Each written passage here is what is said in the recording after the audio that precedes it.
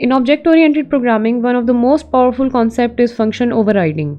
So it allows a drive class to provide its own implementation of the function that already exists in the base class. So the key idea is that both functions, that is the one in the base class and the one in the drive class, have the same name, same return type, and the same parameter list. When that happens, the drive class version of the function overrides the base class version. So function overriding enables us to perform runtime polymorphism, allowing different behaviors depending upon the object type that is used. Now let's see why do we need it. So imagine you are designing a program for different kinds of shapes that may include circles, rectangles, or triangles. You want each to calculate its area in its own way.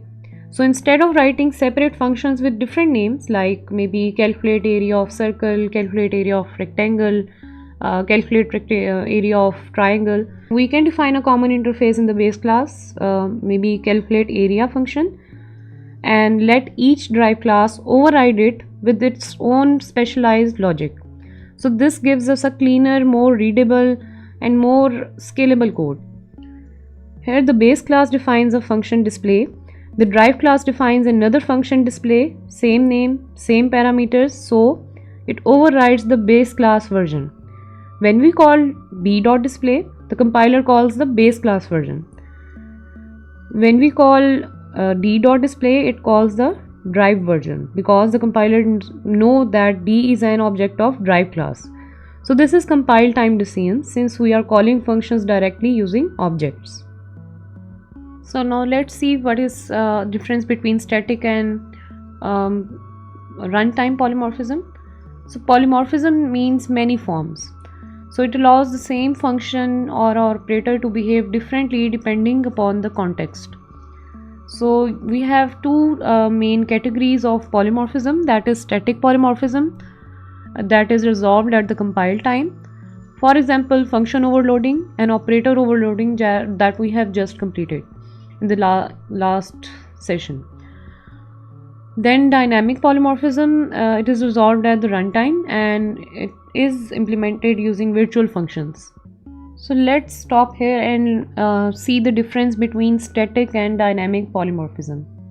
So imagine we have a base class shape and several drive classes like circle, rectangle, and triangle, and we want to create a list of shapes, and for each one we intend to call a function like area to compute its area. So we don't know at compile time, let's suppose, that which specific kind of shape each element in the list will be. If we relied only on static polymorphism that we have just seen, we would have to write separate functions or use complex conditional statements like a giant if or a switch to check each shape type. That would make our code rigid, repetitive, and hard to extend when any new shape is to be added. So this is exactly the motivation for dynamic polymorphism. That is basically a mechanism that lets us write a single interface that can call appropriate drive behavior at runtime. In other words, dynamic polymorphism gives us runtime flexibility. It allows a pointer or a reference to a base class to automatically call the correct drive function, even when the program doesn't know the actual type until the execution time. So let's look at the example of each. Number one is function overloading. So function overloading means multiple functions with the same name but different parameters, types, or count. So the compiler decides which function to call based on arguments. So this is also called compile time polymorphism. Now let's go through this code stepwise. So the first function accepts an integer and it is used when argument is int. Second function accepts decimal or double type number. So it is used when your argument is of type double. And the third function takes string. So this represents textual data.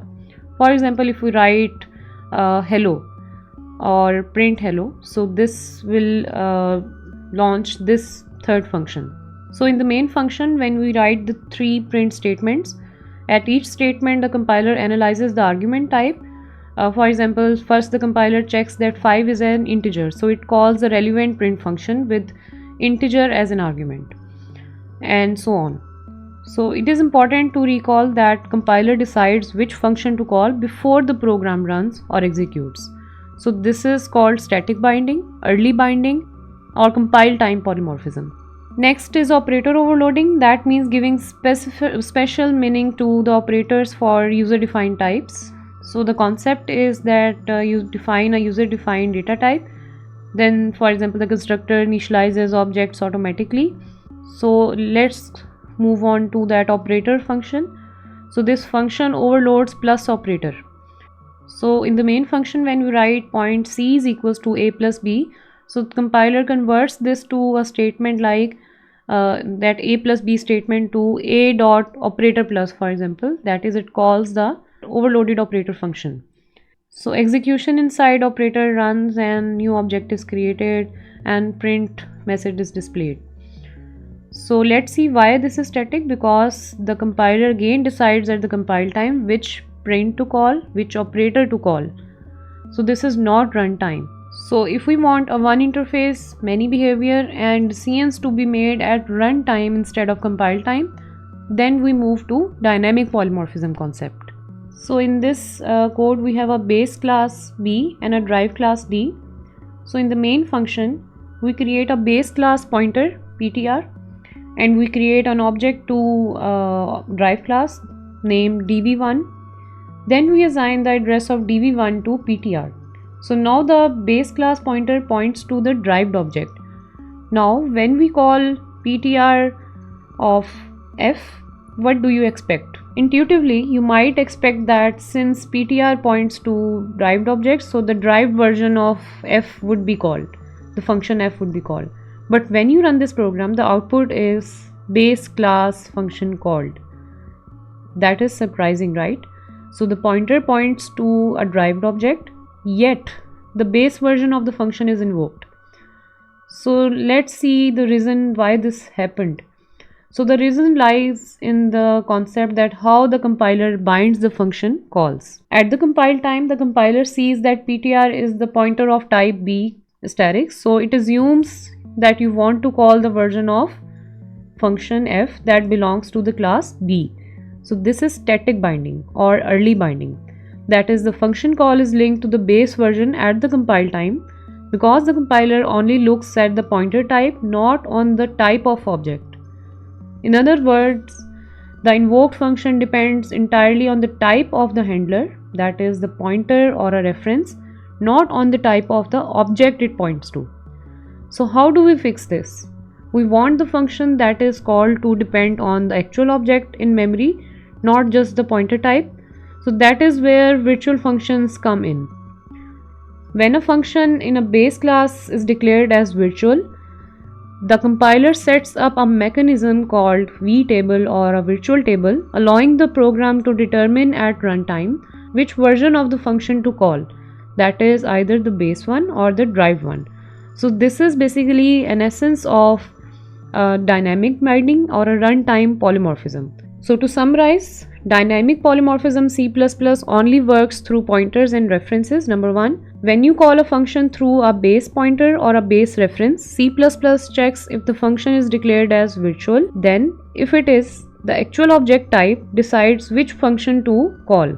That is basically dynamic polymorphism, because we are considering the actual object type. If you are not writing virtual keyword, that is, if the function is not declared as virtual, then the pointer type decides which function to call, and then that becomes static binding that we have just gone through.